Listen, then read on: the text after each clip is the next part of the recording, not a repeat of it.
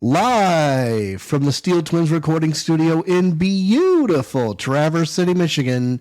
It's your boys, the Cannonball, the Cannon, the Steel Twins. It's Wednesday night, and you know what that means. Absolutely. It is 100% of Wednesday night voice acting with your boys, the Cannonball and the Cannon. That's me. Right here on the Steel Twins Gaming channel. We're so happy that you were able to join us this evening.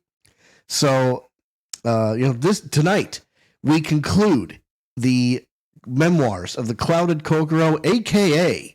the Case of the Haunted Lodgings. Time to put the kibosh on this thing once and for all. Yep. And, this episode may be brief, but it is not without fireworks. You bet. So, as you can see, you always want to put your umbrella up during a rainstorm. So, if you have a cap to your bottle or if you have a pin to your drink, go ahead and pull that pin. We pulled these before we started tonight. Package, what time is it? It's time to get bombed. Cheers. Cheers, mate.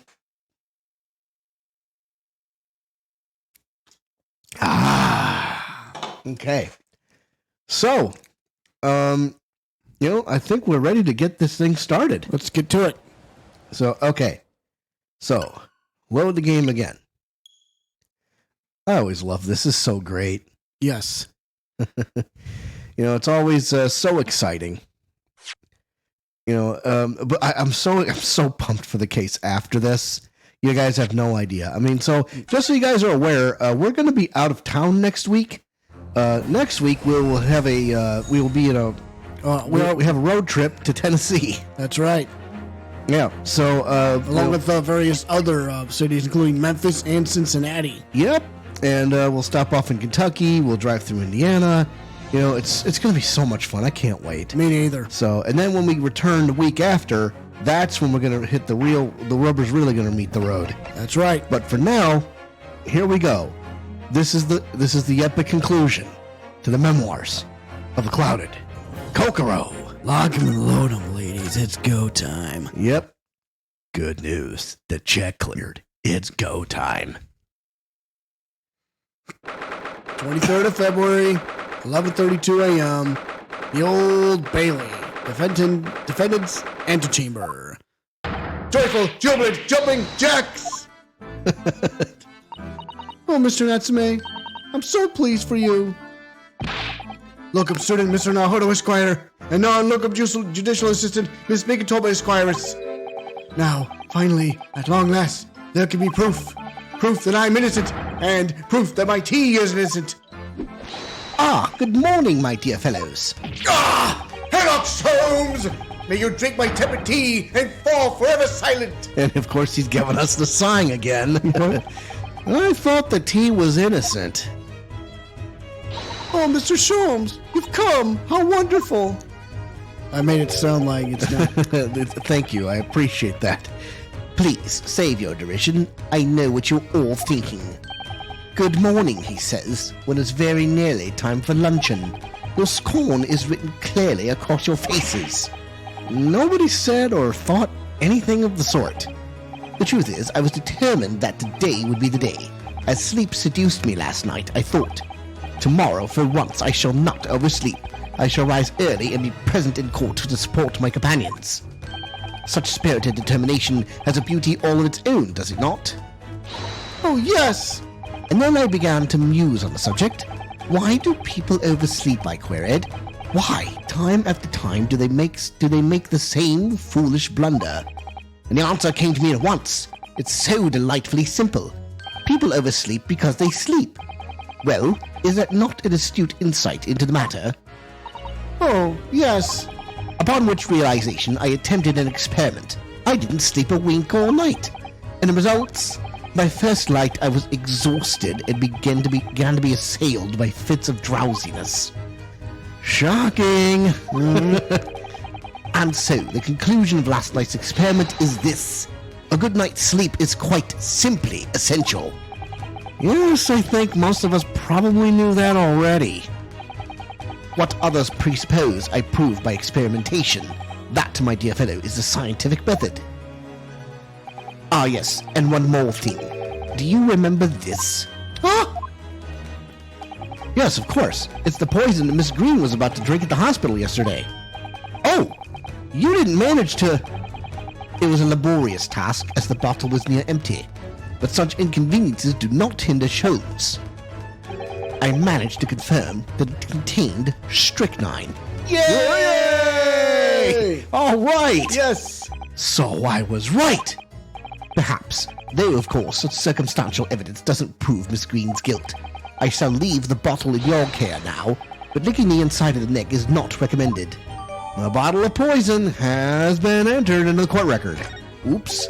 No worries. Can I have a word? Gregson, how good of you to come. Okay, excuse me. Wait a minute, Inspector.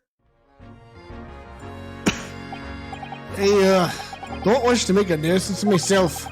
From the look on your face, I'd say it's someone else who you think is making a nuisance of himself. My dear Inspector, please speak freely. Pretend that I'm not here. Believe me, if I could do that, life would be a whole lot simpler for me. Do you have the results, Inspector, of the investigation of Mr. Shamspeare's room? Not yet. Shouldn't be long now, though. No, I'm here about something else. A deed convict, actually. Oh, you mean the man from this newspaper article we discovered yesterday in Mr. Shamspeare's room? A man by the name of, oh yes, Selden. I went to the archives of the yard and dug out the fellow's file. There's something in there that, well, caught my eye. Something caught your eye? What, Inspector? What? Interesting. Copied out the relevant parts for you, so you can read it for yourselves. Thank you. The capital offender's file has been entered into the court record. Continue. Scotland Yard's file about the convicted criminal Selden that includes the paper article about him dying of illness in prison. Of course. These documents include the details that were in the newspaper cutting we found in Mr. Shamspeare's room. I'll rearrange everything in the court record so we don't have duplicate information. Why are you giving us a copy of this important file, though? Well, you're the ones that turned up the clue in the first place, aren't you? Just making sure things get handled in a proper fashion. Oh, Scotland Yard's workings are so wonderful. Indeed, my dear fellows. And the inspector here has a shining diamond in its crown. Shining diamond? In the rough, maybe. Look, you just don't want to be beholden to a lawyer, that's all. Well, if you say so, Inspector. Counsel for the defense and the defendant. Court proceedings are about to resume. Make your way into the courtroom at once. Well, I shall leave you then.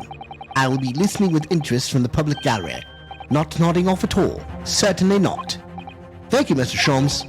I'm rather tired of seeing Mr. Mustache in floods of tears, personally. So, the best of luck to you. Look up, student Mr. Naruhodo, Esquire! Yes, Mr. Netsme? It's time, isn't it? Yes, this is it. Miss Olive Green and Mr. William Shamspeare. This is going to be the final battle. I won't really have saved Soseki-san until I've exposed the whole truth of everything that's been going on. But it's all coming to a head now. You do it, Ryunoske. You have to. Well, I'm ready. I'm ready. Y'all ready? Yep. Strap in, kids. 23rd February, 12:30 p.m., the Old Bailey courtroom.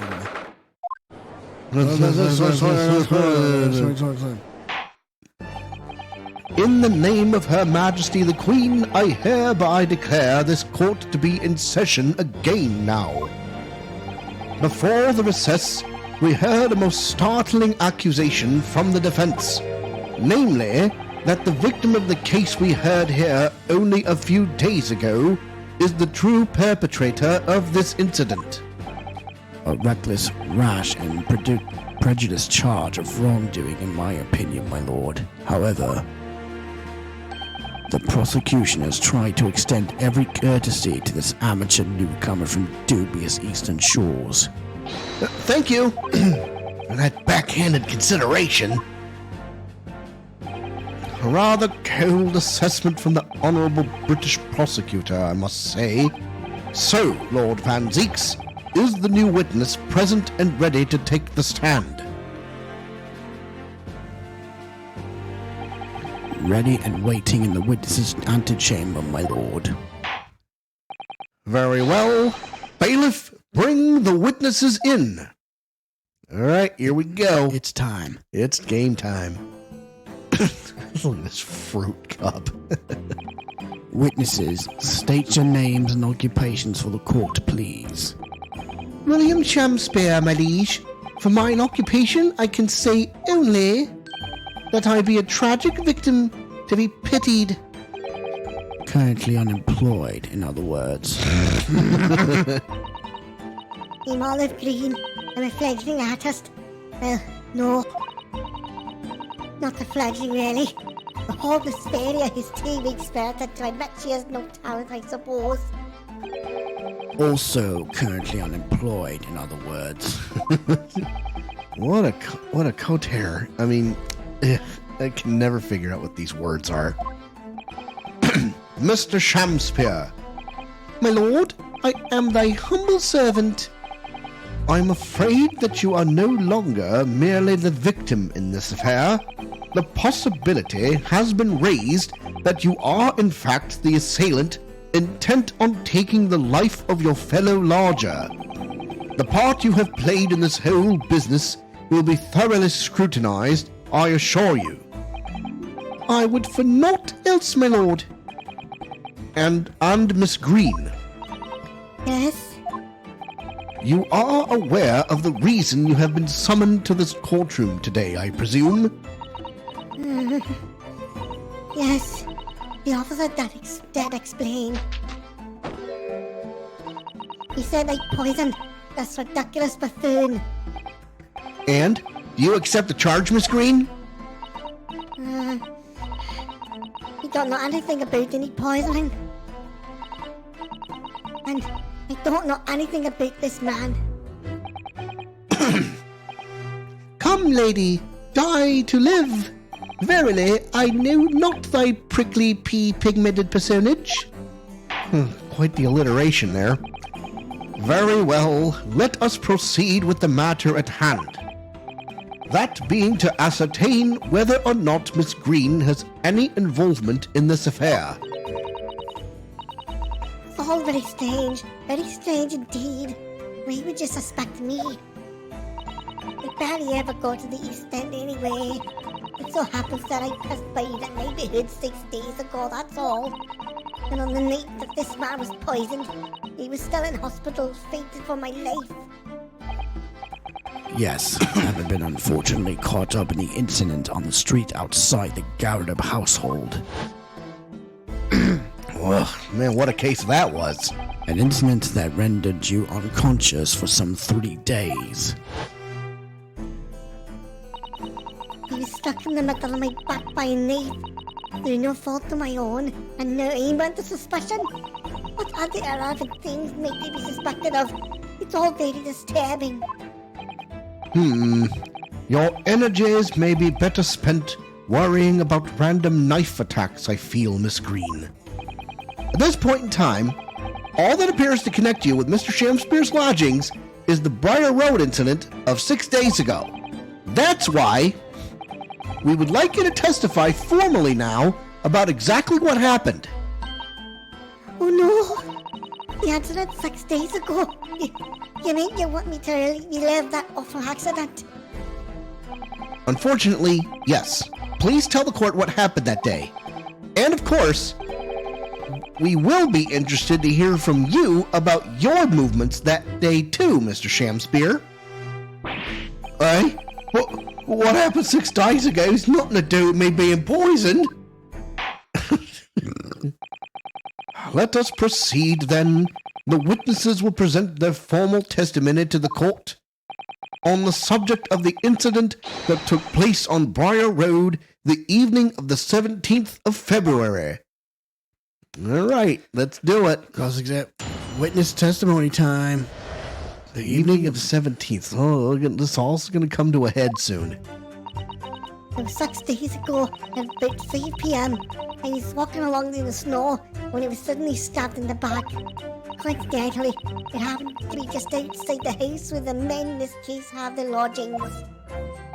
I was at the tavern on the eve of which thou speaks, for I had bespoke my supper. It was the first time he'd been in the area. He had a little matter to attend to, that's all. Big pardon. Anyway, I was admitted straight to hospital, so I knew nothing about all this business.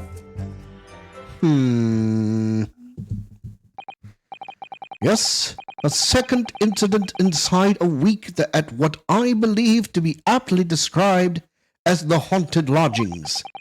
One can only presume this is a most unfortunate coincidence. Meanwhile, you say you were not in your room, Mr. Shamspeare. 'Twas the following morn when I did awaken that I learned the dire events. Marry, what a commotion did the officers of the law make on the floor above mine. Saseki-san was arrested on suspicion of attempted murder. Gee, where have we heard that before?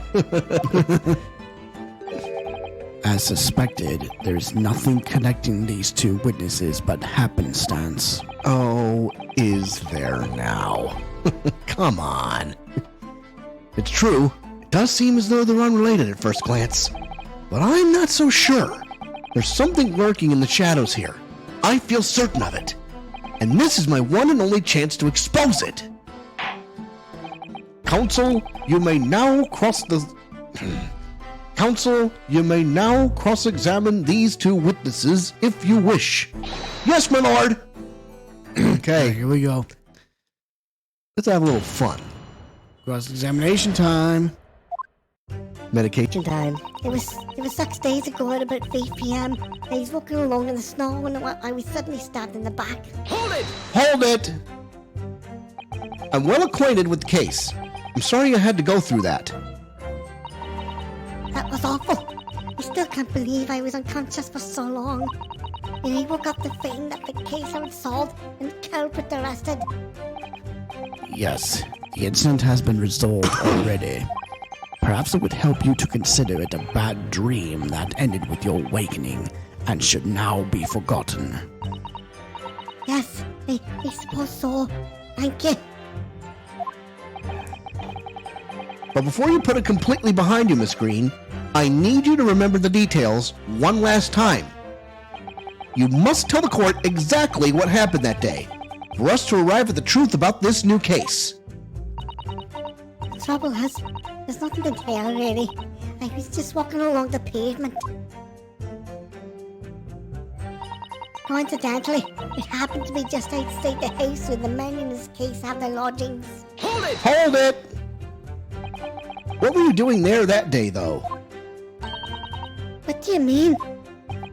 The art school you attend, what's it called? Yes. It's the Thorndike Academy of Fine Arts. According to Mr. Sholmes, that's just in the vicinity of Brixton Road, which is some 10 stops away from the scene on the underground. I believe you mentioned before that you also live on Brixton Road, isn't that right? So why then would you have been walking along Briar Road in the middle of the East End? Well, that's because, oh yes, of course. I thought it might make a nice picture. The witness is a student of art. City-dwelling artists can't all paint grand urban vistas. That's right. I happen to like the common look of that part of town. Perhaps quaint would have been a less grating term. The point is, she's definitely hiding something. Yes, it seems she's not going to be forthcoming with the truth. If she's trying to hide why she was there that evening, it must mean there's a reason for her not wanting us to know. That's the key to this. And you, Mr. Shamspeare, on the evening of the incident 6 days ago, would you tell the court what exactly you were doing? 'Twould be my pleasure, sire. I was at the tavern on the eve of which thou speaks, for I had bespoke my supper. Hold it! Tavern, you say? Which one? 'Twas the slug and salad where I did tarry. 'Tis a jewel in the East End. And a little unexpected, I feel. What do you mean, Lord Van Zeeks? The slugs and salad offers unusually fine dining, for the locality at least. Not an establishment you'd expect to be patronized by a man with not even a crumb of bread in his room. Huh? It's true. The menu lists premium crusts of bread and glasses of water in different levels of cloudiness. I would have expected grub's grubbery in a local vicinity to be more appropriate for your means. Watery soup and mushy peas, or rather, soupy water and pea-like mush. Oh, equally appetizing. I just want to try some water in a different pub for once. What's wrong with that? How different can water really be? Or perhaps there's a more plausible explanation. A specific reason why he had to go to that particular establishment. Agreed. The fact that on that day of all days, he dined at a place he wouldn't normally, it does stand out. So Mr. Shamspeare's own actions on the day of the incident 6 days ago were slightly suspicious. I wonder if we have some evidence that could explain those actions. Not yet. Not at the moment. I wish we did, but sadly I can't think of anything at the moment. If we find a clue that can explain why Mr. Shamspeare went there, we must present it to the court. Yes, absolutely. If that is all on this matter, Counsel, I would ask Miss Green to reiterate her next statement. It was the first time I'd been in the area. He had a little matter to attend to, that's all. Hold it! What little matter? What little matter, Miss Green? Please elaborate. There was nothing, really. It's not worth mentioning. If you remember, you mentioned it to us yesterday at the hospital. It was related to the card you were holding. Miss Green! Oh no. What was that? She clearly just hid something behind her back. Ugh. Excuse me. From memory, I believe the card contained a note that read, I have information regarding the death of Duncan Ross. What does that matter? This has nothing to do with Duncan. Excuse me. Mr. Shamspeare, do you have something to share with the court? To be or not to be? That is the question. Ah, pray forgive me, the great bard's word springeth from within me with ne'er thought. Don't tell me, because you're possessed by Shakespeare's spirit, right? Hearing Miss Green's words a moment ago seemed to make you think of something. Something of relevance, perhaps. Nay, sire. 'Twas nothing at all. Presumably you know the name, though. Mr. Duncan Ross, I mean. After all, you were both lodgers in the same house. I would it were so, but sadly nay. Lodging be a lonely occupation, sire. My lodging fellows be rarely known to me. So you haven't heard of him, even though he passed away in the room just one floor above yours? Miss Green. Me, my lord? Have I done something wrong? The card that was mentioned before, containing the note, do you have it upon your person? I do, yes. But I don't need it anymore. In fact, you should throw it away, really. Before you dispose of it, the court will take it as evidence, please. Miss Green's card has been entered into the court record. Note in an envelope that seems to have been ripped open rather roughly. It contains instructions to meet with someone who claims to have information about Duncan Ross. You remember last time we said we wanted to compare that with another piece of evidence? Where have we heard that? You thinking what I'm thinking? Yup. Of course. That's what links Mr. Shamspeare and Miss Green. It's Duncan Ross. Now continue with your testimony, please, Miss Green. Well... Anyway, I was a man to strike the hospital. I know nothing about all this business. Okay, so first of all, I have to look at something. Yeah. Let's get a look at this. What is that? The envelope has been ripped open rather carelessly, hasn't it?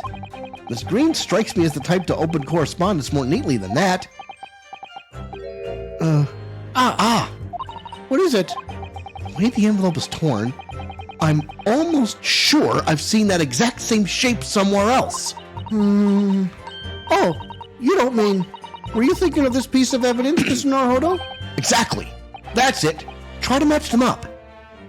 Oh. They go together perfectly. This torn off end of the envelope clearly belongs with this card. The details of Miss Green's card have been updated in the court record. The envelope fits perfectly with the torn off piece found at the scene of the crime. The details of the torn off end of the envelope have been updated in the court record. You may continue.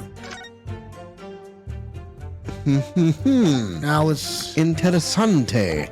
So first of all, let's get back to let's go back to this one. I was at the tavern on the eve of which thou speaks, for I had bespoke my supper. Hold it! Let's just skip that part. Well, we can read it again. I don't care. The tavern, you say? Which one?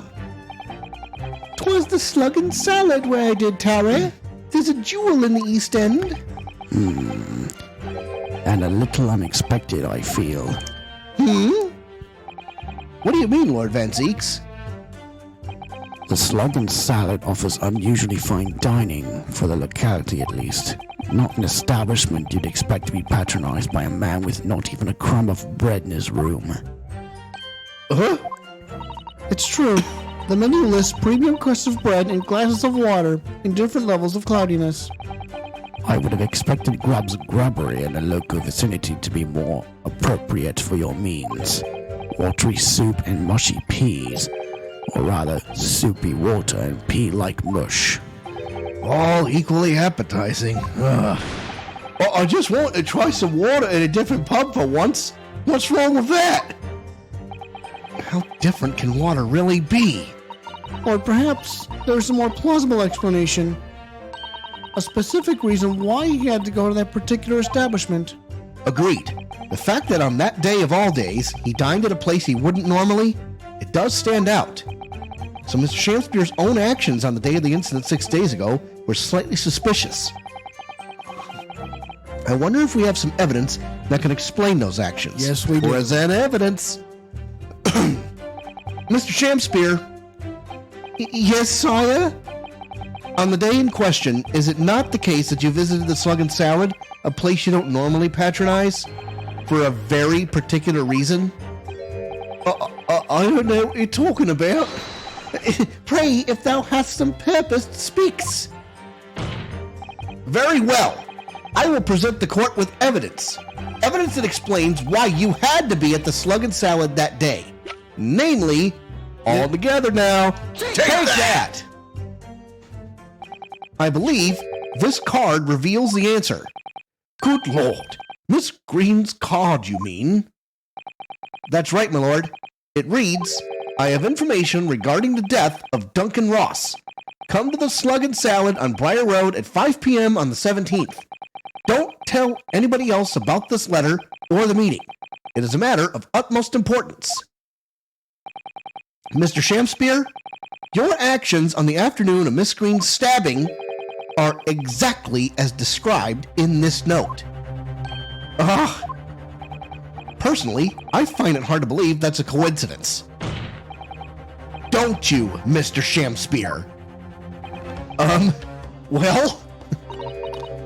Excuse me. Can I say something? Yes, Miss Green? The card was delivered to me. It doesn't have anything to do with this odd man, does it? Well, you'd think so, yes. But it's hard to believe it's merely... My lord, may I? May you what, Miss Green? I'd like to make something very clear about that card. Very well, then, you may amend your testimony to include details about the peculiar note. That's not what's delivered to me at my address. It's nothing to do with the odd man next to me here. Oh, This is tragic. All together, folks. Objection! The day before the incident, exactly 1 week ago now, this note was delivered to your address. And upon carrying out the instructions in the note, you found yourself in hospital. Yes, I did. It's terrible, everything that's happened to me. Yes, it is terrible. If it's all true, that is.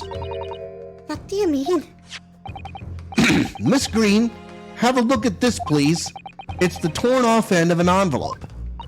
Oh, is it? And it so happens that it fits together perfectly with the envelope of the note you received. Oh, where did you find that? In Mr. Shamspeare's room. Hi, in my room? Mr. Shamspeare, do you perhaps remember this note from somewhere? Well, your actions that afternoon follow the instructions in the note to the letter. Come to the Slug and Salad on Briar Road at 5 p.m. on the 17th. And so that's exactly where you went. Let me ask you again, Mr. Shamspeare. You already knew about this note, didn't you? And you, Miss Green. What did I do? As this torn off end of the envelope proves, the note was originally in Mr. Shamspeare's room. So how is it that it came to be in your possession? I don't have the first idea. I'm just a fledgling artist after all. There is only one explanation. You broke into Mr. Shamspeare's room and stole it! You did what? Sorry. Thou hast what? You broke... thou were in my room? What on earth do you want with me? It would seem that both witnesses need to testify again.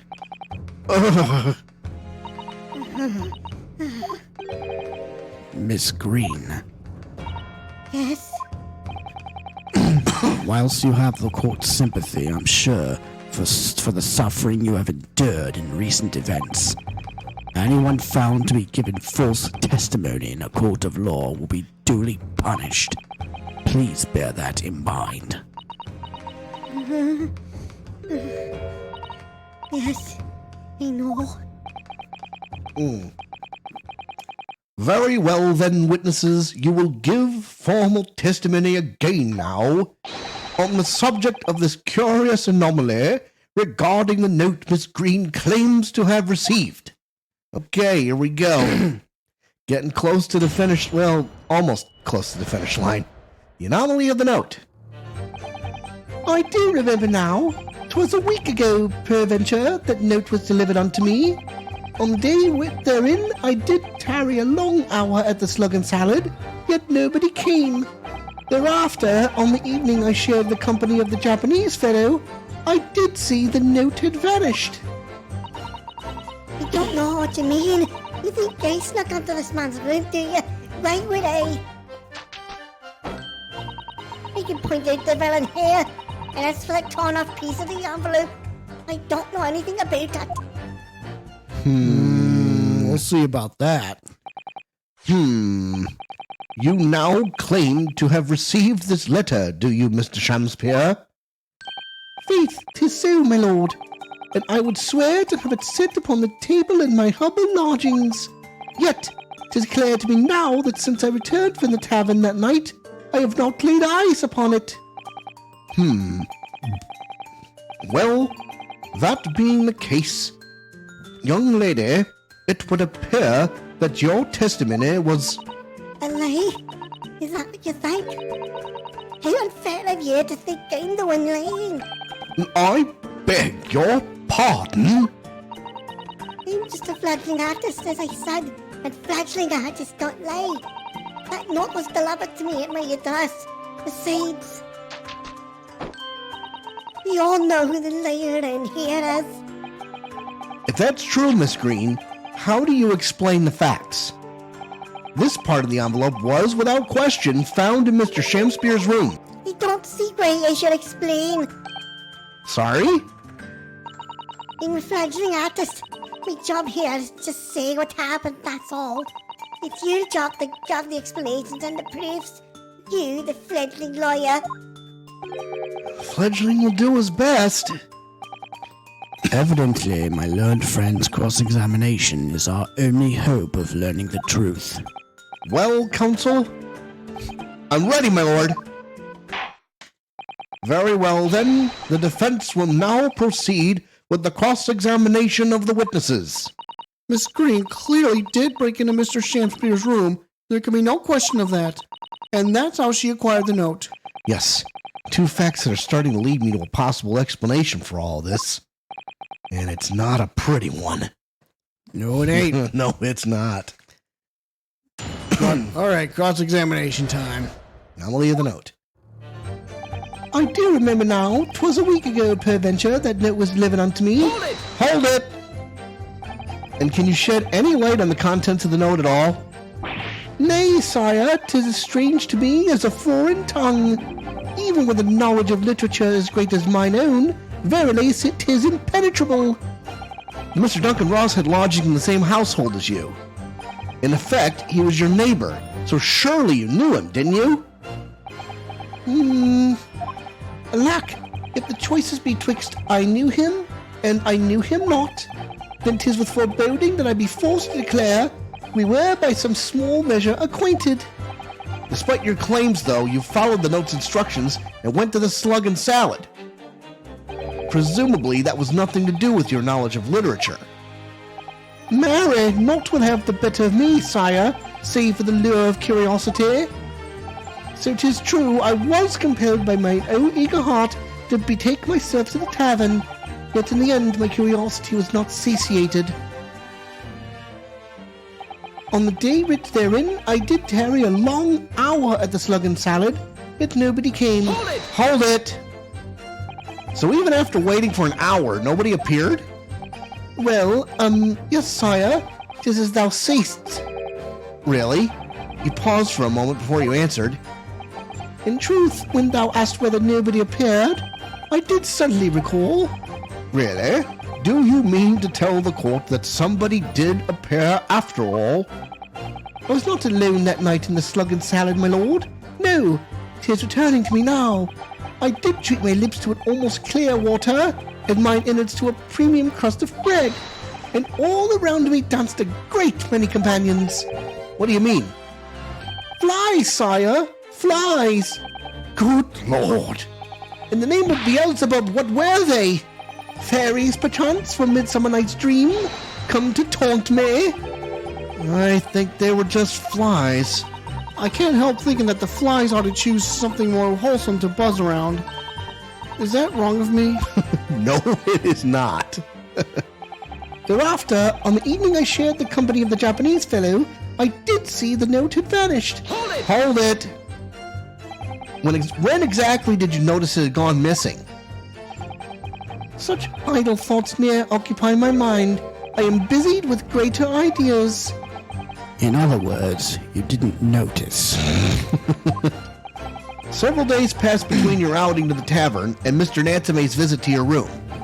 Yes, it would appear that the note disappeared sometime in that interval. Such idle thoughts ne'er occupy my mind. I am busied with greater ideas. And yet during that time Miss Green was comatose in hospital, was she not? Clearly then she could not have been stealing things from Mr. Shamspeare's room. Yes, of course. It's also some sort of misunderstanding, hasn't it, Mr. Prosecutor, sir? You have so far failed to give a satisfactory explanation as to how you came by the note. I am not here to advocate for your defense, madam. I won't tolerate inconsistencies in your story. You would do well to remember that. Oh, dearie me. What's Lord Van Zieg's getting at? what you mean. You think they snuck into this man's room, do you? Why would they? Hold it! It seems that this note was actually delivered to Mr. Shamspeare about a week ago. Oh, does it? But for some reason, it ended up in your possession. I can't think of any way that could have happened, except for you breaking into Mr. Shamspeare's lodgings. Objection! But for what reason would the witness have done that? I won't deny that Miss Green's possession of the note would appear to defy logic. However, until and unless her involvement in this case can be proven in some other way, any further pursuit of this note is meaningless. Miss Green could only have come to be in possession of the note by stealing it from Mr. Shamspeare's room. And yet there's no obvious reason why she would have done such a thing. What if there was some other reason she broke into his lodgings, though? Yes! We should pursue that idea, Mr. Naruhodo. We're close now. I can feel it. We're so close to a breakthrough. I think we can go back one. He could point out the van here, and it's been a torn off piece of the envelope. I don't know anything about it. Well, I'm sorry to tell you, but I think I know why you would go in there. It's either one reason. It's either Duncan Ross, or it's this bottle of poison. Objection! Yesterday at the hospital, we saw you with this bottle. And though the contents spilt during the course of our meeting, a small quantity remained. According to the defense's independent analysis, Mr. Sholmes' chemistry set, the liquid that was still in the bottle was identified as strychnine. What? Strychnine? The very same poison that afflicted Mr. Shamspeare. Oh! Miss Green, you broke into this man's lodgings for one reason, and one reason alone. To cover the end of the pipe that feeds the gas lamp in Mr. Shamspeare's room with poison.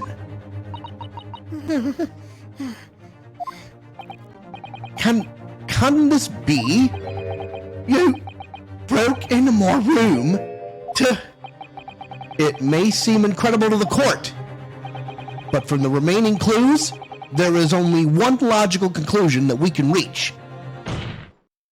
The person who attempted to take Mr. Shamspeare's life with poison was you, Miss Olive Green. Oh dear, oh dear, oh dear.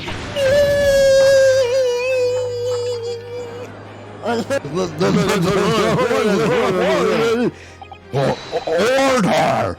Order! Counsel, are you seriously suggesting this woman put poison on the end of the gas pipe with intent to kill? Yes, my lord. There's no other way to explain the facts.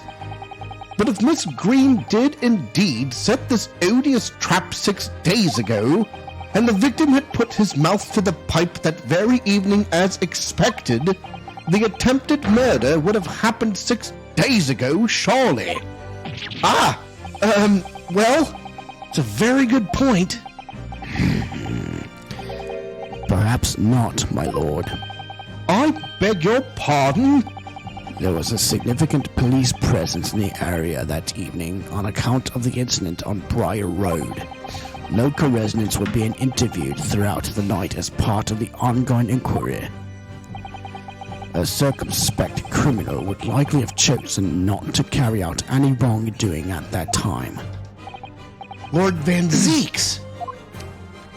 And of course, the following morning, there was more activity at Mr. Shamspeare's address. More activity? Ah, yes. You mean his fellow lodger, Mr. Natsume, being arrested on suspicion of murder? That's right. And as the defense has already proposed, Mr. Shamspeare was meddling with the gas in the pipe for a very sinister reason himself, to cause the gas stove in Mr. Natsume's room to go out, thereby asphyxiating the occupant. But once Mr. Natsume had been arrested, his room was under constant surveillance by the police. In the circumstances, Mr. Shamspeare had no reason to blow air into the gas pipe. his intended victim being in a prison cell. With the need to tamper with the gas removed, the poison on the pipe lay dormant. And then, 3 days ago now, the situation changed again. Right. Mr. Natsume's trial, which took place here at the Old Bailey, came to an end. The trial in which the man stood accused for of stabbing Miss Green in the back, but was duly acquitted. That resulted in Mr. Natsume returning to his lodgings for the first time in 2 days. And that very night, his gas stove mysteriously went out. Mr. Shamspeare was mysteriously poisoned. In conclusion, the poison that was present on the mouth of the gas pipe had been put there in the victim's room some 4 days earlier. Mary!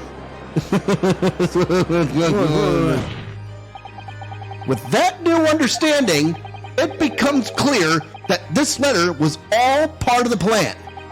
What plan? The court will recall that the note gave instructions to visit the Slug and Salad at 5 o'clock, and that the recipient should tell nobody else. The reasons for those instructions are now clear. To ensure that the lodger would not be at home at the stated time. To make sure wasn't home? Exactly. While you were out, Miss Green could safely slip into your room, knowing that she wouldn't be disturbed. You mean to say that letter was written by Miss Green? Yes. And in order to cover her tracks, she took it away with her when she left.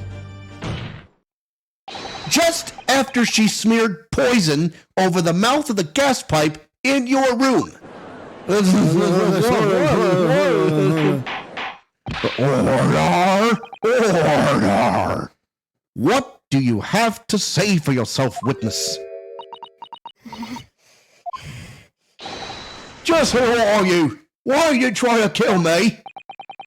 Miss Green's motive should be obvious. It's all tied up with someone whose name we've heard several times already during the course of this trial. So that's what's behind all this. You will share your apparent understanding with the court, please, counsel.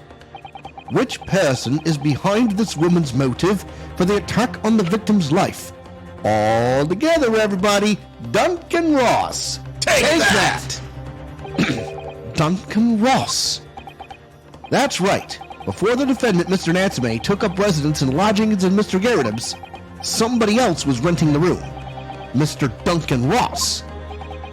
I knew I'd heard the name somewhere else. It was all over the papers a month ago when the man died in strange circumstances at the haunted lodgings. That does ring a vague... of course. Yes, I remember now. The young man they claimed was strangled by the convict's curse or some such. Sadly, my lord, it wasn't a curse of any kind, nor was it an accident. The man died as a result of Mr. Shamspeare blowing into the gas pipe and causing gas to leak into the room. It was murder, plain and simple. Ah!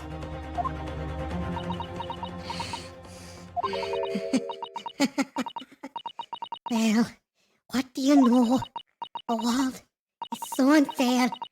Curses, curious deaths. That's all people care about. If that's an interesting story, they want to know. It doesn't cross their minds that real people are involved. And once they're bored, just 1 month later, once the story's lost its appeal, everyone's forgotten her.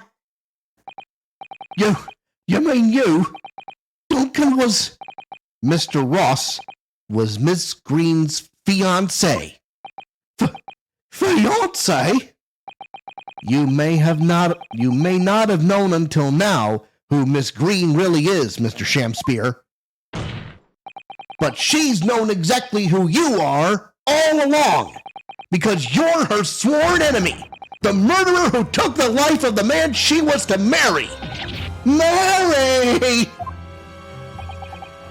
Miss Green, is it not the case that in order to exact revenge on Mr. Shamspeare, you smeared poison over the end of the gas pipe?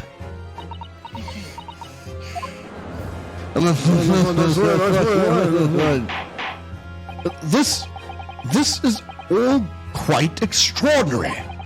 Am I correct in my understanding that you now accuse both parties' counsel, each on different counts of murder?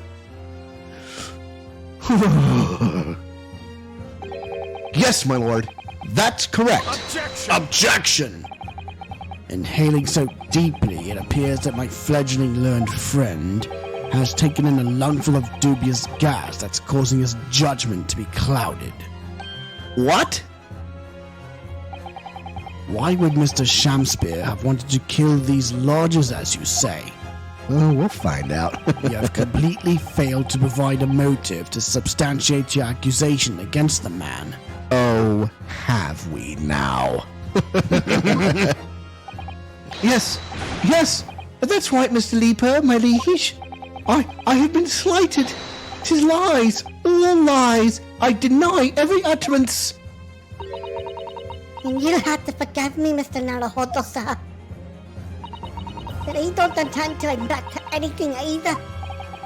Miss Green. I'm sure you think I'm being very rude, but I'm not going to be sent to the gallows for the likes of this scoundrel. Objection! But you broke into the man's room. If you didn't do it to smear poison in the pipe, what was your reason? I thought I'd have a look around, that's all. Sorry? You're right, I suspected him. So he thought perhaps I might find some evidence or something in his room. Evidence that it was him who took Duncan's life. Oh vileness, oh villainy, oh tyranny, oh rotundity of woman! But in any case, whene'er I leave my room, I do turn the key in the lock. That whole place is falling apart. The locks on the doors are no different. Duncan showed me once how to unlock the door with some tacks and a piece of wire. Oh awfulness, oh artfulness, oh tyranny, oh profanity of woman! We will consider your trespassing on some future occasion, but for now, tell the court what you found, what evidence your search revealed. Well, I spotted the note that I'd sent him lying on the floor. When we went to pick it up, he noticed something. One of the floorboards was loose, and underneath it, he discovered a secret hiding place. Hi! Yes, we also discovered that hiding place. Inside we found a newspaper cutting, a photograph, and an empty tin box. Yes, but the thing is, when I found it, the box wasn't empty. What? There was something in it? Yes, Get ready, folks. that's rather nice key.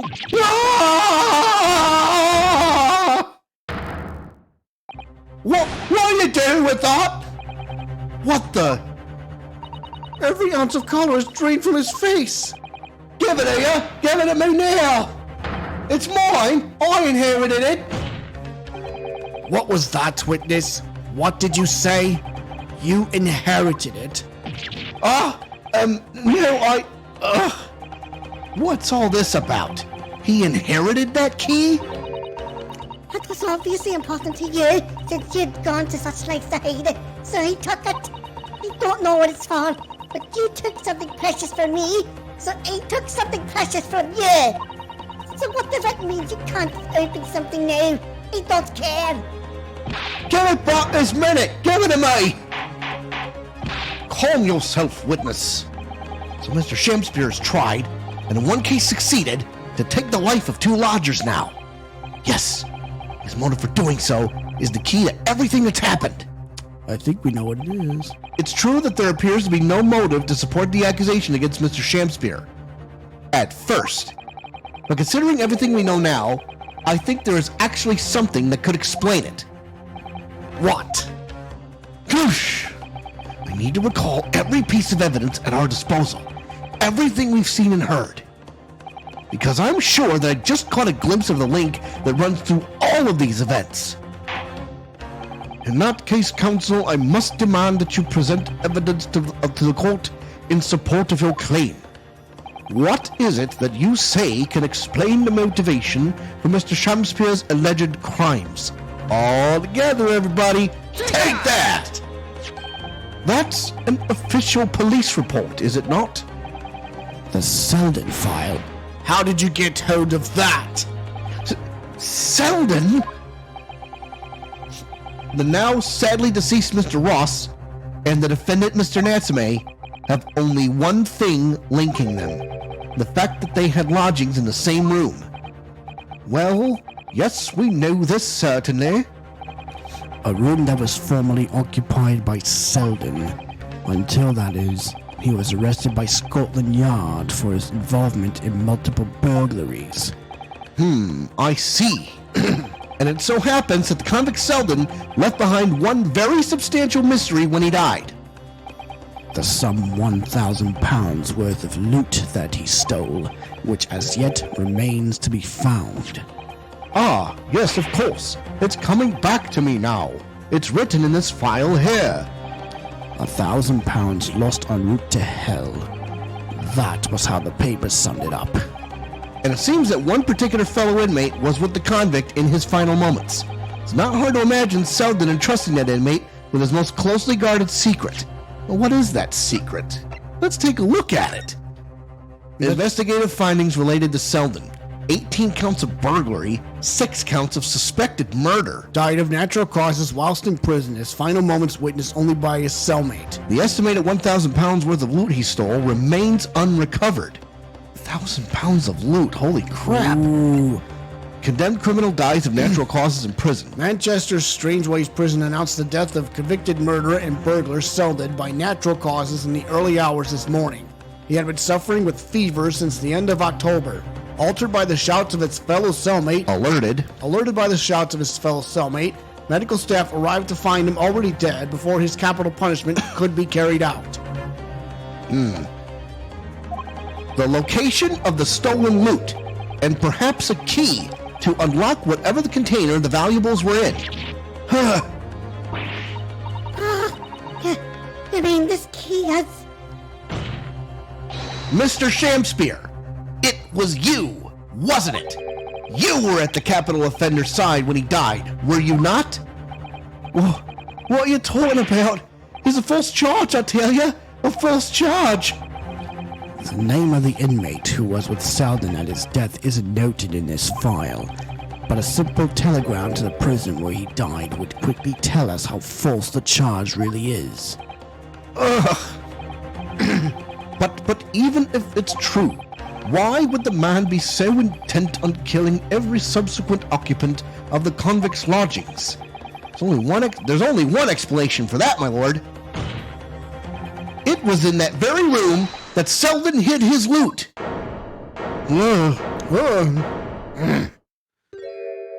So, it all comes out. Yes, and having established that, all of Mr. Shamspeare's subsequent actions start to make perfect sense. 8:45, yes. Beg our pardon, folks. When he was let out of prison following Selden's death, he made immediately for Mr. Garridub's lodgings in the hope of renting Selden's old room. However, the retired army man was unable to offer him the accommodation of his choice. Because Selden's old room had already been let to somebody else, Mr. Duncan Ross. Which is why Mr. Shamspeare subsequently devised his gas-based plot to kill the occupant of the room. And when he was successful, he presumably intended to inquire about switching into the newly vacant room. However, a certain jittery someone had beaten him to it. Mr. Soseki Natsume, the defendant of this case, no less. So you decided to use the ploy with the gas again, didn't you, Mr. Shamspeare? This time to oust Mr. Natsume. All for one simple and avaricious reason. To get your hands on the £1,000 of loot left behind by the dead convict. You!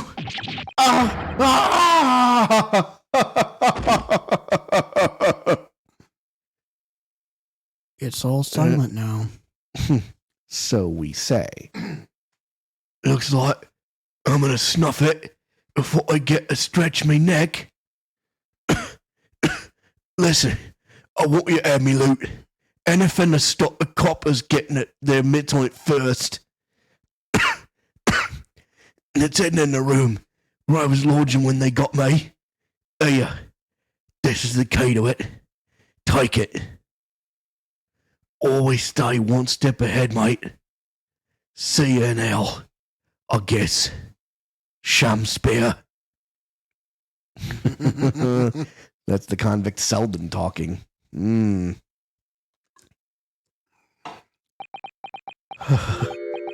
mine. Huh? What did he just say?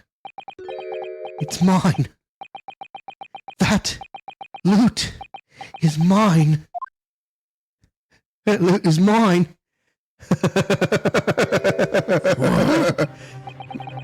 Mr. Shamspeare. So lies. I don't accept any of it.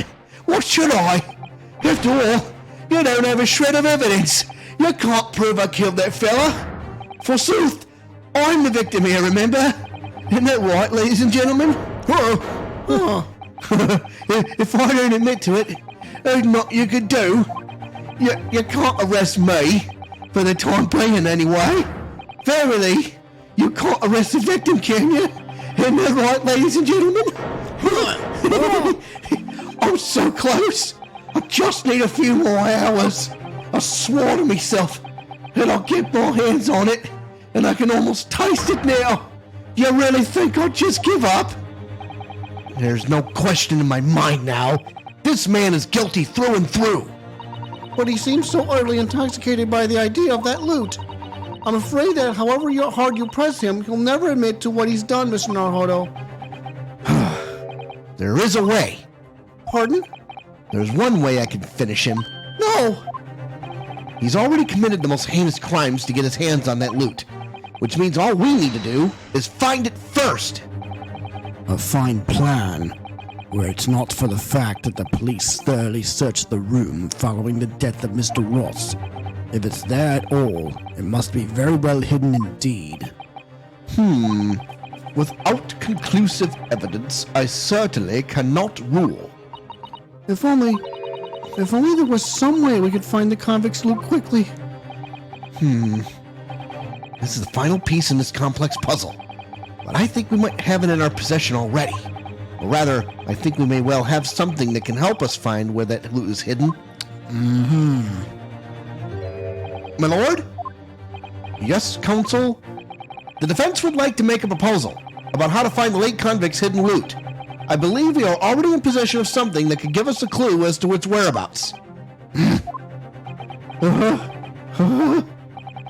It's our last chance, so it has to be worth the gamble. Besides, we've used the same technique once already, and it definitely paid off then. Very well then, counsel. Let the court hear your idea. What do you propose we can use in order to locate the hiding place of the deceased convict's hole? Say it with us, everybody. Handprints on the wall. Take that! If I'm not mistaken, those are Mr. Shamspeare's handprints on the wall of his lodgings. That's right, my lord. Exposed as a result of the defense's independent investigation of the scene. Based on a wonderful new discovery in the field of forensic science by the great detective Mr. Sholmes. The great detective? Is this some kind of joke? Do you really think I'm going to be daunted by a man with such a ridiculous title? I should think the great bard ought to recognize such a title when he hears one, Mr. Shamspeare. Perhaps we should compete for the honor of most ridiculous title? Ah! 'Tis Sherlock Sholmes himself! What are you doing here, great detective? Your usual haunts are the filthy back streets of the capital, are they not? Ah, Mr. Reaper, it's been too long, and I see your complexion has worsened since last we met. Mr. Sholmes! He does know Lord Van Zeeks, then. well enough to say something like that in any case. Mr. Sholmes, though you may be heralded as a great detective by the population at large, that does not give you the right to come and go in my courtroom as you see fit. If I may, my lord, Mr. Sholmes' newly developed scientific method has helped us to uncover vital clues in this case already. Clues, you say? I call them skin prints, my lord. My method identifies every location touched by an individual under scrutiny. It's the method by which we were able to ascertain this gentleman's gas pipe activities. Ah! You need only a small sample of something the individual has previously touched to make an indicator solution. In your case, sir, I used the teacup you have been holding. Elementary. So now, Mr. Naruhodo. Ah, yes! What am I to use as a sample to make the indicator solution this time? Thank you for offering to help, Mr. Sholmes. When the convict was arrested, he was living in what was now Soseki-san's room. We need a sample to help locate Selden's loot that's hidden in his old room. What form will the sample take? Present a person. Yes. We will need something of Selden's in order to create the indicator solution to find his loot. And something the convict owned happens to be in the possession of somebody listed in the court record. Upon my word, Mr. Naruhodo, your powers of reasoning appear to be on the up. So which particular person do you have in mind? From whom can we obtain a possession of late convict Selden to create the indicator solution? All together, everybody, Miss Olive Green. Take that! Miss Green! Me? What do you want with me? The key around your neck, if you please. Sorry? That key belonged to Selden. There will be remnants of secretions from the man's skin on its surface that we can use.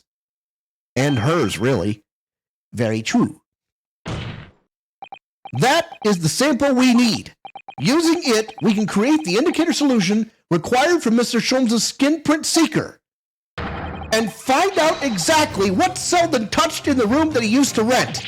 Nah! Mr. Shamspeare, as one great to another, I assure you. If the late convict's haul is hidden somewhere in his former lodgings, I shall uncover it in no more than 30 minutes. Ugh! So, Mr. Shamspeare, the truth is well within our grasp now, and as such, you will never get your hands on Selden's stolen wealth.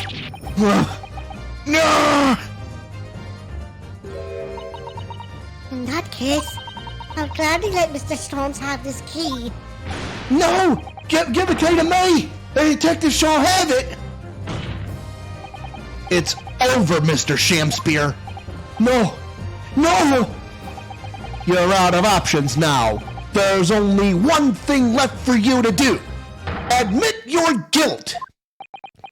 Whoa! Ah! Oh, Shamspeare! Despair!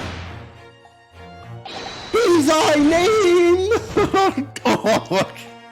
William Shamspeare, you're under arrest. Take him away. A little underwhelming, but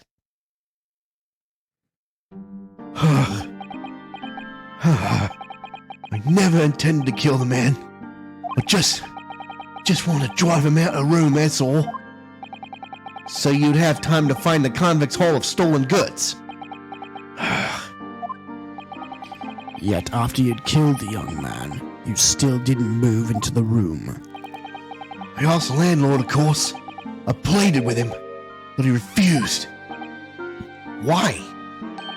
I was 3 months behind with the rent, for one thing. Mr. Garrett really has had a lot to put up with. And he had the gas repair work done immediately afterwards, putting the room out of action for a while. And then, the Japanese man swooped in at just the right moment to sign a new lease. Poor Mr. Natsume. What unfortunate timing. 5 days ago, after the incident on Briar Road, the Japanese fella got himself arrested. I thought I'd finally had my chance, but it wasn't to be. No, the scene was sealed off and guarded by the police night and day. And, if I remember rightly, Mr. Sholmes spent the whole day in there reading books. I couldn't even enter a room, let alone search for the loot.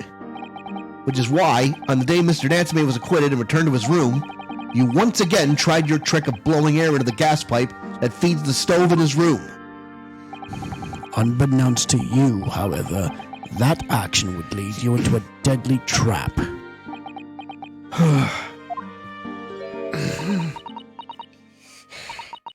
Here I am, Shamspeare. How does it go?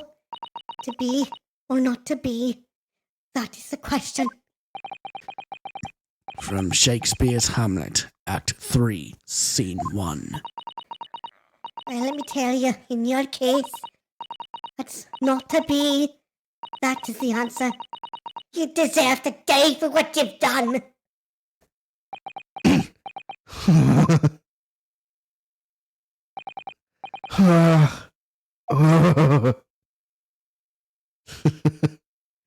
Bastard. Well, what about Miss Green? What does she have to say? It's false. I really did think it was just a terrible accident. I'll never forget our conversation the night before Duncan died. The gas supply in my new lodgings are a complete disaster, you know, Olive. The gas supply. Yes, the stove always seems to go out in the middle of the night for some reason. That's no joke. They say it's the convict's curse. Oh, Duncan, please, don't stay there. I don't care how cheap it is. Alright then, if that's important to you, I'll start looking for a new place. There's balloons at my house. Why don't you leave that horrible room tonight? No, I better not. We said we'd wait until we graduated before we told our parents, remember? But that was the last time we ever spoke. That very night, we fell victim to the gas. Poor guy. If only I'd known it was going to happen, I'd have insisted he left that horrible room that instant. But instead, I've been left with this bitter regret. I stopped going to school, but something kept drawing me back to the house on Briar Road. I saw a stooped Eastern-looking man with a moustache coming out of the house one day when he was there. He walked up the road to grab Scrabble for some food, so I followed him and sat myself down next to him. He had some watery-looking soup and started to pack a car with the publishing. That place is cursed, I tell you. Cursed!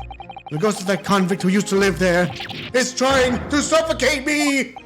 I wake up in the middle of the night, freezing to death because the stove has gone out. The room is full of gas, and I can hardly breathe. But the pipes have been checked. No problem there. It's like, I'm the problem! That's what they're thinking. But how could that be? Duncan was gone, and now this man had almost suffered the same fate. Could it really be a curse?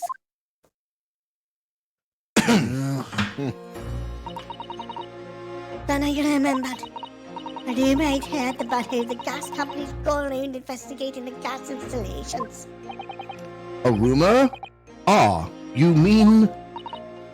Yes, everybody's heard the stories, it seems, about how they go around checking the pipes. How anything connected to the gas can be extinguished by blowing air into the pipework.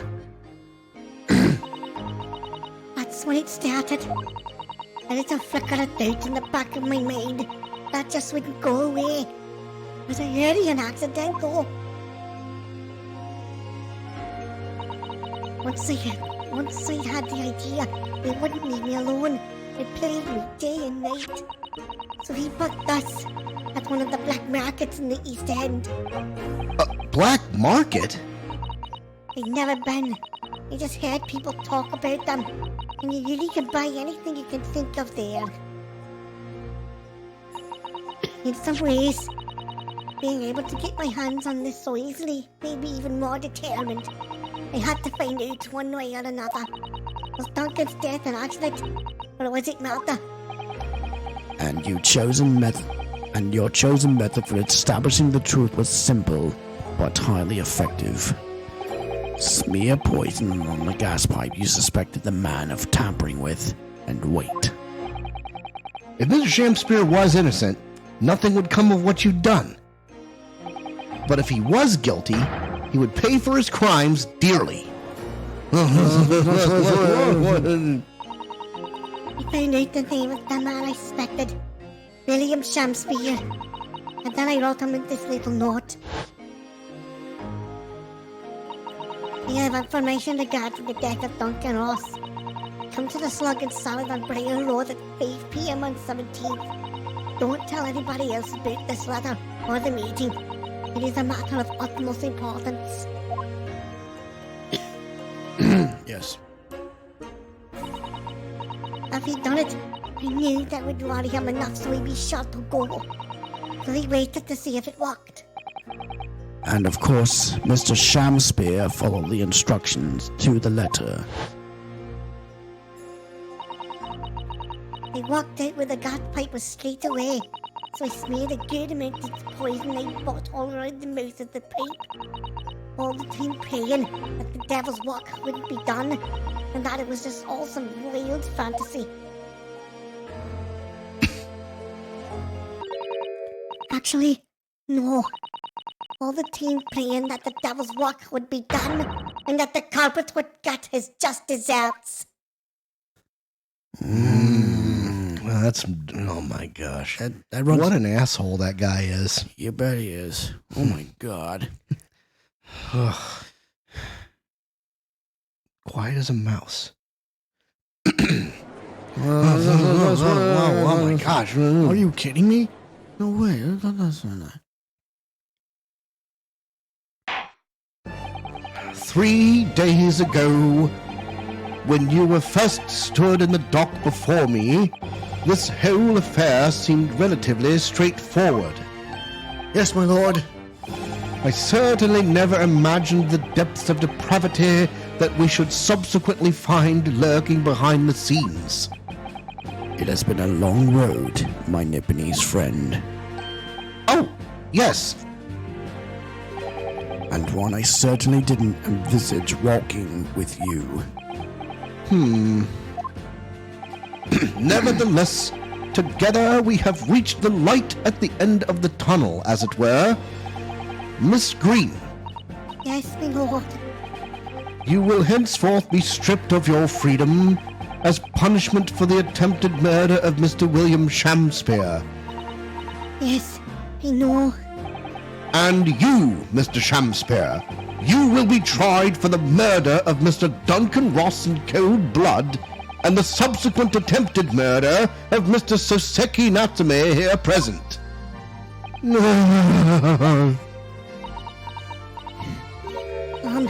Mr. Naruhodo.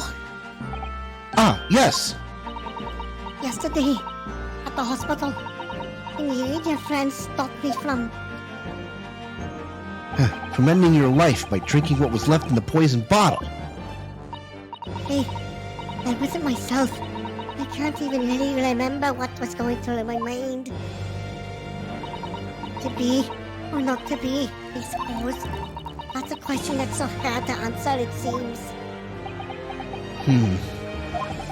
Well, personally, I'm glad of your being here, Miss Green. Oh, And I'd like to believe that it's a blessing Mr. Shamspeare didn't die when he ingested the poison. For your sake, at the very least.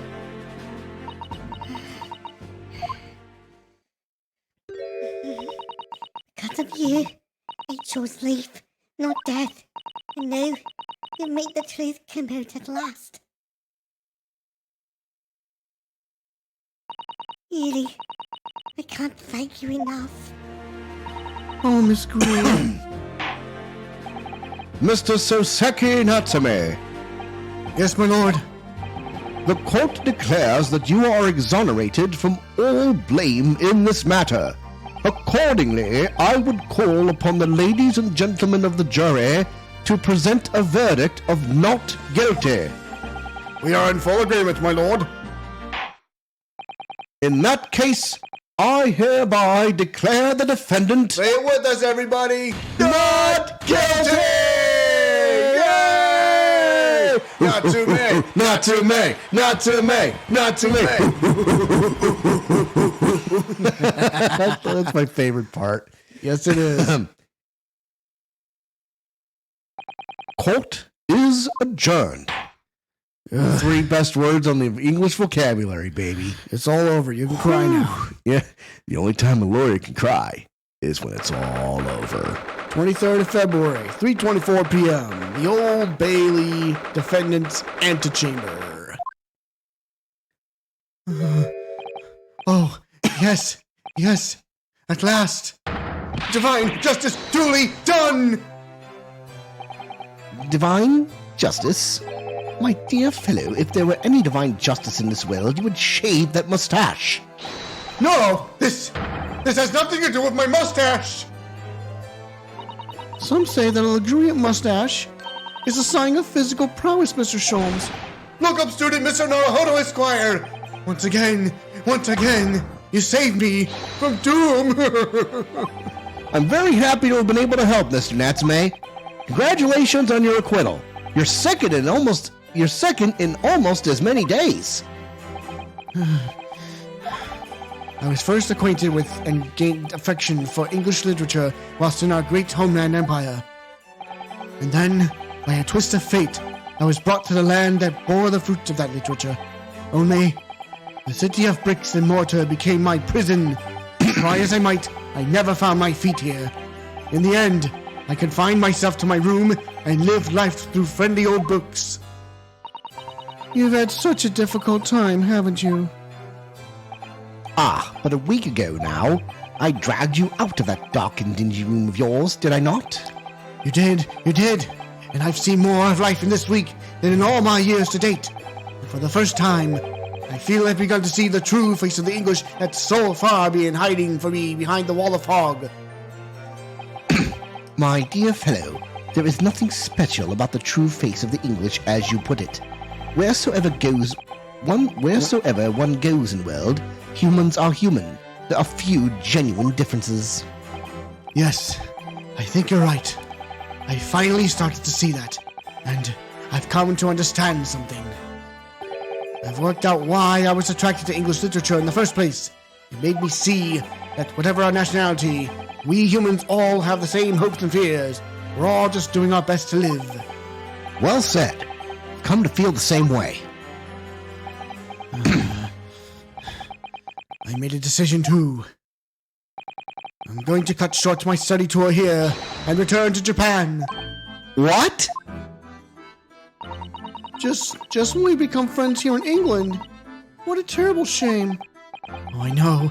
That does tug at my heartstrings. It really does. But I've decided I'd like to take everything I've learned here in Britain and write something of my own. A novel of sorts, I suppose. Oh my! So you'll be creating your own literature, Mr. Natsume? How wonderful! Oh, well, no! I mean, I wouldn't presume to call it literature! Why not? When that is precisely the definition, Mr. Mustache. I suppose you're right, yes. It will, in a way, be literature. But as of now, all I know is that I like to try my hand at writing. I have no delusions of grandeur. I, for one, would love to read your work. Well, all things considered, it may be for the best. After all, you have once again emerged victorious from a battle with the Reaper. Ah! That's very true! And there is no salvation for a person in the dock when the Reaper is the prosecutor. The desire to return post-haste to the perceived safety of your homeland is one I quite understand. My goodness, yes. Faced with such a terrifying prospect. Nobody would consider that cowardly, I'm quite sure. But that's not why I'm leaving! I mean it! Objection! Objection! And that was the case that we found ourselves embroiled in 6 months ago now. Soseki-san did indeed return to Japan, and submitted a report about both cases to the government. It was on reading that report that Professor Mikitoba was prompted to visit the scholar. And barely any time later, Susato-san was given the news that she must return to Japan as well. on the back of a telegram stating falsely that her father had fallen gravely ill. The only possible explanation that comes to mind is what happened after the trial, on the following day, the day that we uncovered the loot hidden by the now-deceased convict in his former lodgings. Okay, so we briefly forwarded to the present, and now we're going back to the past. 24th of February, 10:13 a.m., Mr. Natsume's room.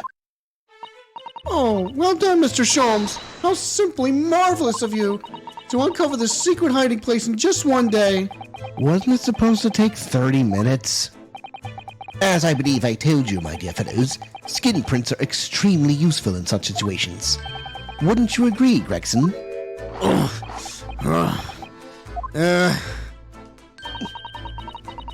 has been happily munching an agreement this whole time, you know, Hurley.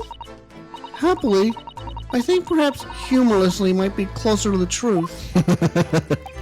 So, it transpires the man fashioned a hiding place in the ceiling. And what's in it? What exactly is the loot? Let us look then, if you're ready. Let's examine the late burglar's hole. Well, Here we go. all right.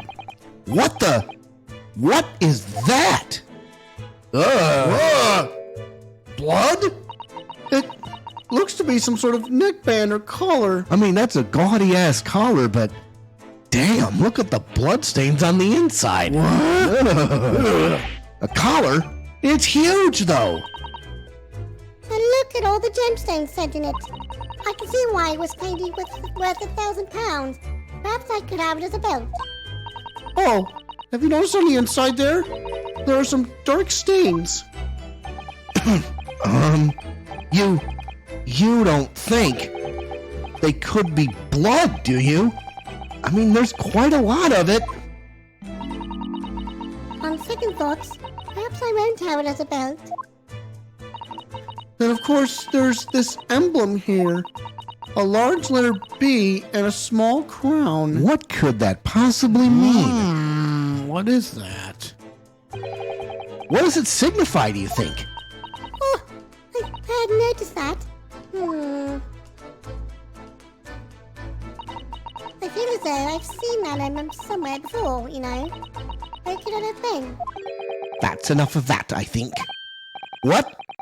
What's the matter with Mr. Sholmes? All the color is drained from his face. Uh-oh. Well, Inspector, I believe you ought to be taking this, oughtn't you? It could be valuable evidence, after all. It must be kept safely under lock and key. Yes. Get your grubby hands off that, you lot, and hand it over, now! Oh, okay, here you go. I'd never seen a collar that large before. And all those jewels certainly look to be extremely valuable. But that's not what stood out the most to me. At least, not once I'd noticed it. Those dark marks on the inside of the collar. Those stains. Could they really have been blood? Oh boy. I suggest you tune in to find out. Well, whatever. Well, that was a funny case, wasn't it? But it's all buttoned up now. And you look very pleased, Iris. I am, because I started to wonder what I could use as the basis of this month's story in the magazine. But this case will be perfect. It's been so fascinating. You're talking about the latest installment of The Adventures of Sherlock Sholmes, I presume. The mystery of the knife in the mist, and the mustache man and the convict's curse, perhaps. I can make it a two-part story. Oh, I can't wait! A word, please, Iris. Yes? What is it, Hurley? I'm sorry, but you can't write about this case. It's out of the question. What? Why not? It's a great case. Then I shall have to insist that you limit yourself to the first of your two titles. The second must never be written. Is that clear? Yes. What the hell? The Hound of the Basket. And so it was that the second of Souseki-san's cases became buried in obscurity. Now, looking back, I feel I understand. I can see why Mr. Sholmes forbade Iris from publishing the story.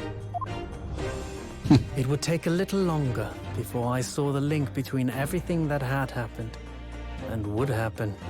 For it wasn't until 2 months after the arrival of Susato-san's letter that events began to unfurl again, with an incident that took place at the very heart of the eagerly awaited Great Exhibition of London. The Great Exhibition of London? Whoa. What the hell could that possibly mean? Well, folks, Finn! Wow. What a cliffhanger, though. My God. What in God's name was that reaction all about? Save your current progress, of course. Yes, of course. So, okay. What could possibly be the meaning of that bloody collar? And why did Mr. Sholmes go clam up already? I have no idea. So, well, as you can see, the next case is the return of the great departed soul. Huh? What could that possibly mean? Oh, wait. You don't mean, do you? Well, folks, there's only one way to find out. 2 weeks from today, my friends, we will be back and ready to go. Next week, obviously, we're going to be on vacation in the wonderful state of Tennessee. But 2 weeks from now, we will begin this case that will start to unravel so many mysteries. Oh, man, we can't. It's going to be a roller coaster ride, so you better buckle up tight, boneheads. So, for tonight's proceedings, I am the Cannonball, Alex Steele. I am the package, Andrew Steele. We are the Steele Brothers, and we are for real. Top Guys out.